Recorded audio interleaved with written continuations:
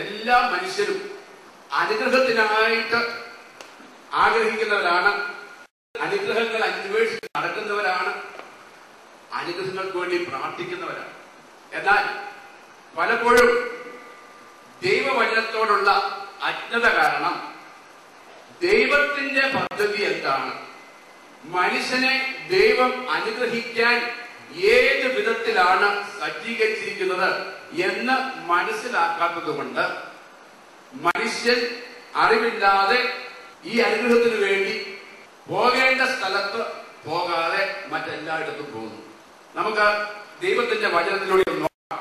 പൗലോസ്ലീഹ കോരിന്ത്യോസ് എഴുതിയ ലേഖനം 2 കോരിന്ത്യോസ് 1-ാമത്തെ അധ്യായം 20-ാമത്തെ വാക്യത്തില് ഇപ്രകാരം പറയുന്നുണ്ട്: ദൈവത്തിന്റെ വാഗ്ദാനങ്ങൾ എത്രയുണ്ടെങ്കിലും യേശുക്രിസ്തുവിൽ ഉവ്വ് എന്നത്രേ. അതുകൊണ്ട് ഞങ്ങളാൽ ദൈവത്തിന് മഹത്വം ഉണ്ടാകുമാറ് അവനിൽ ആമേൻ എന്ന് തന്നെ. ഈ വചനം പറയുന്നു, ദൈവത്തിന്റെ അനുഗ്രഹങ്ങൾ എത്ര തന്നെ ഉണ്ടെങ്കിലും ആ അനുഗ്രഹങ്ങളെല്ലാം നിങ്ങൾക്ക് യേശുക്രിസ്തുവിൽ ഉവ്വ് ആമേൻ. ദൈവത്തിന്റെ അനുഗ്രഹങ്ങൾ മനുഷ്യന് ലഭിക്കുന്നത് യേശുക്രിസ്തുവിൽ മാത്രം. യേശുക്രിസ്തുവിനെ മാറ്റി നിർത്തിയിട്ട് യേശുക്രിസ്തുവിന്റെ അടുത്ത് വരാതെ നമ്മൾ അനുഗ്രഹങ്ങൾക്ക് വേണ്ടി എവിടെ ചെന്നാലും അത് ദൈവം ആഗ്രഹിക്കുന്ന അനുഗ്രഹങ്ങൾ ആയിരിക്കുകയില്ല. നമ്മൾക്ക് അനുഗ്രഹങ്ങൾ എന്ന് തോന്നുന്ന അനേകം കാര്യങ്ങൾ നമുക്ക് ലഭിക്കുന്നുണ്ടായിരിക്കാം. പക്ഷെ അതൊന്നും ഈ പ്രപഞ്ചം മുഴുവൻ സൃഷ്ടിച്ച ദൈവത്തിൽ നിന്നുള്ളതല്ല. കാരണം ദൈവത്തിന്റെ വചനം പറയുന്നു, ദൈവത്തിന്റെ അനുഗ്രഹങ്ങൾ നമുക്ക് ലഭിക്കുന്നത് യേശുക്രിസ്തുവിൽ മാത്രം. അതുകൊണ്ടാണ് ദൈവത്തിന്റെ വിളിയെ കുറിച്ച് നമ്മൾ മനസ്സിലാക്കുക.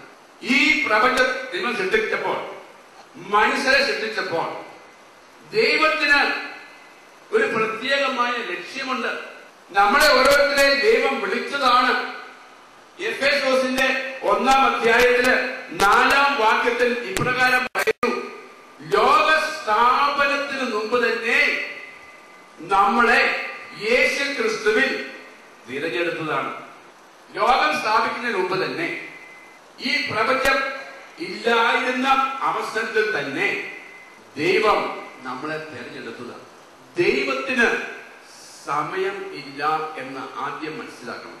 മനുഷ്യന് മനസ്സിലാക്കാൻ വേണ്ടിയാണ് ഭൂതകാലവും വർത്തമാനകാലവും ഭാവി കാലവും ഒക്കെ ഉള്ളത്.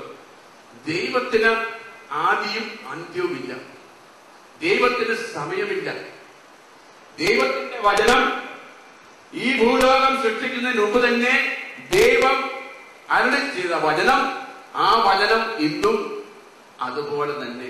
കാലങ്ങൾ മാറുന്നതനുസരിച്ച് ദൈവത്തിന്റെ വചനത്തിന് മാറ്റങ്ങൾ ഉണ്ടാകുന്നില്ല. കാലങ്ങൾ മാറുമായിരിക്കാം, രൂപങ്ങൾ മാറുമായിരിക്കാം, മനുഷ്യര് മാറുമായിരിക്കാം, മനുഷ്യരുടെ ചിന്താഗതികൾ മാറുമായിരിക്കാം, ജീവിത രീതികൾ മാറുമായിരിക്കാം. ദൈവത്തിന് മാറ്റമില്ല, ദൈവത്തിന്റെ വചനത്തിന് മാറ്റമില്ല. 2 തിമോത്തി 3-ാം അധ്യായം: എല്ലാ തിരുവെഴുത്തും ദൈവശ്വാസീയമാകയാൽ. ഇംഗ്ലീഷിലുള്ള യഥാർത്ഥമായ വചനം അതുപോലെ ഇവിടെ എഴുതിയിരിക്കുക. ഇംഗ്ലീഷ് ബൈബിളിലാണെങ്കിൽ all scripture is God breathed. അതുകൊണ്ടാണ് അതുപോലെ ഇവിടെ എഴുതിയിരിക്കുന്നത്. എല്ലാ തിരുവെഴുത്തും ദൈവശ്വാസീയമാകയാൽ. ദൈവത്തിന്റെ ശ്വാസം, ദൈവത്തിന്റെ ജീവനാണ് ദൈവത്തിന്റെ വചനം. ആ വചനത്തിന് മാറ്റമില്ല. അപ്പോൾ ഈ വചനം നമുക്ക് വെളിപാട് തന്നെങ്കിൽ മാത്രമേ നമുക്ക് ഓരോരുത്തർക്കും ഉള്ള ദൈവത്തിന്റെ വിളി എന്താണെന്ന് മനസ്സിലാക്കാൻ സാധിക്കത്തുള്ളൂ. നമുക്ക് ഓരോരുത്തർക്കും നമ്മളെ ഓരോരുത്തരെയും സംബന്ധിച്ച് ദൈവത്തിന്റെ പദ്ധതി എന്താണെന്ന് മനസ്സിലാക്കാൻ സാധിക്കുന്നു. ഇവ മനസ്സിലാക്കാതെ നമ്മൾ ജീവിക്കുമ്പോഴാണ് നമ്മൾക്ക് ലഭിക്കേണ്ട ദൈവം നമുക്ക് വേണ്ടി ലോക സ്ഥാപനത്തിന് മുമ്പ് തന്നെ മാറ്റി വെച്ചിരിക്കുന്ന അനുഗ്രഹങ്ങൾ ലഭിക്കാതെ വന്നു. അപ്പൊ ഈ അനുഗ്രഹങ്ങൾ നമുക്ക് ലഭിക്കണമെങ്കിൽ ദൈവത്തിന്റെ പദ്ധതി നമ്മൾ അറിയണം, ദൈവത്തിന്റെ വിളി നമ്മൾ അറിയണം.